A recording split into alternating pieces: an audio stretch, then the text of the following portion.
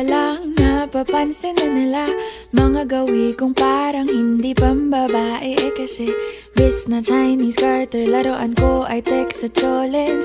Tapos jamming ko lagi noon mga sigang lalaki sa amin.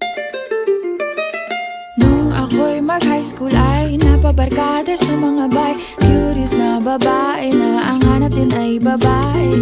Sa halip na makeup kit, bit-bit ko ay gitara. Tapos pormahan ko lagi ay long sleeves na t-shirt at faded na lonta. Pero nung makilala kita, nagbagong bigla ang aking timpla. Natutuwa ko na magpariban at mag-ahit ng kilay at least once a month. Hindi ko alam kung anong meron ka na sa akin ay nagpalambot ng bigla. Sinong mag-aakalang lalaki pala ang bibiyag sa tulad kong tigreng gala.